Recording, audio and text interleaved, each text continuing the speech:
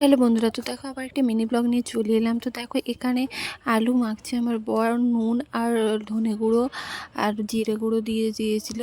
তারপরে দেখো এখানে গাজর আর কাঁচা লঙ্কা আগে থেকে দিয়ে দিয়েছিল।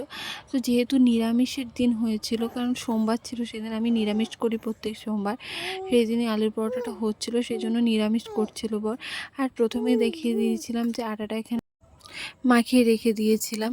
তো এখানে আটা ময়দা দুটোই মিশিয়েছিলাম, কারণ ময়দার খেলে আমার একটু প্রবলেম হয়, সেই জন্য।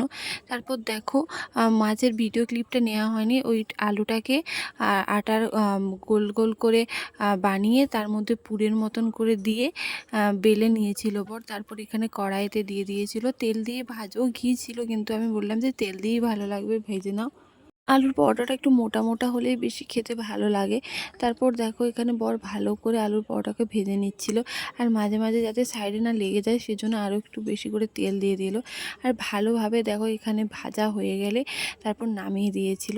তো আমার আর তস হয়েছিল না, সেই জন্য আমি ভাজা হওয়ার সঙ্গে সঙ্গে খেতে আরম্ভ করে দিয়েছিল।